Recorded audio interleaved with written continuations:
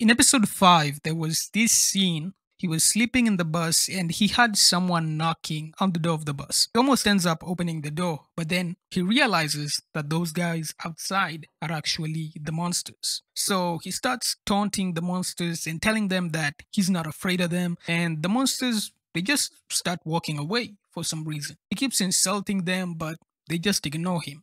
It gave off the vibe that the monsters lose interest in killing someone who isn't afraid. There's a scene in season 1 that I think most of us are gonna remember very well. There was a guy in Colony House and he was leaving flowers outside the Colony House for his lover. Of course, that's the demon fairy vampire night monster called Jasmine. Nighttime came and Kevin hoped he was also gonna come that night, but no, the only thing that came was his death.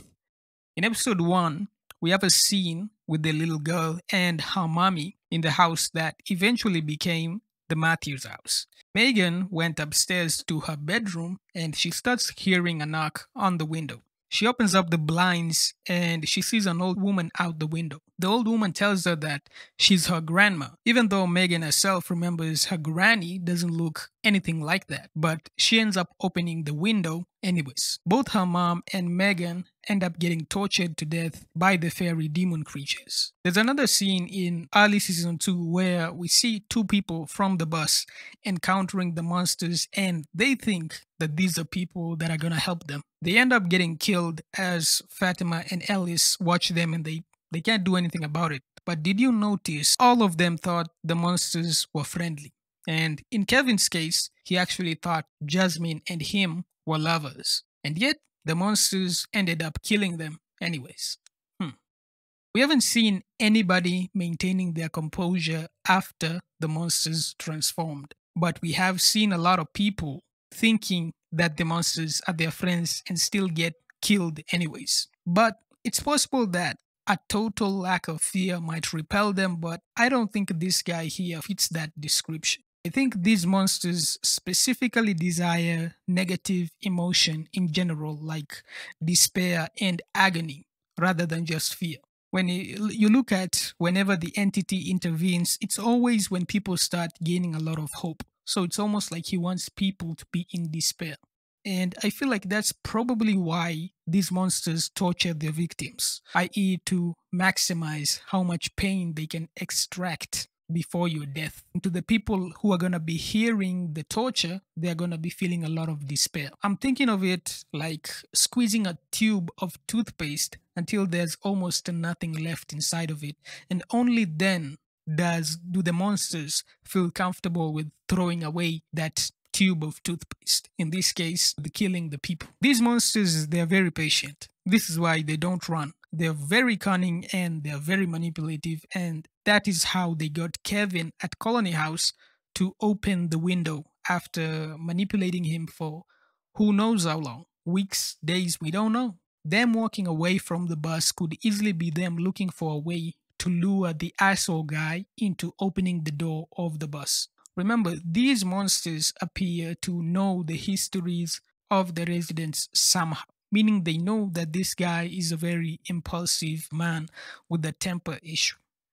It's obvious to me that he grew up with distant and possibly physically abusive parents. It's like guys who get told by their dads that they're weak and you'll never amount to anything. And Sawyer had a similar thing where he was an asshole because his mom got killed by his dad and then committed suicide in front of him. And that made him also kind of suicidal because of the trauma. Kate called him out on it and said he acted as if he wanted everyone to hate him. But in reality, I think he hated himself more than anyone else ever could. I think similar trauma is why this guy is prone to drawing attention to himself and why he's so obsessed with proving that he's strong and that he doesn't need anybody in the town. If you rewatch the scene, you'll see how agitated he got when he was being ignored by the monsters. It's like a kid who gets into trouble with teachers and police, so his parents are forced to talk to him by those authority figures. It isn't that he isn't afraid, but he's just burying all of it under a projection of strength.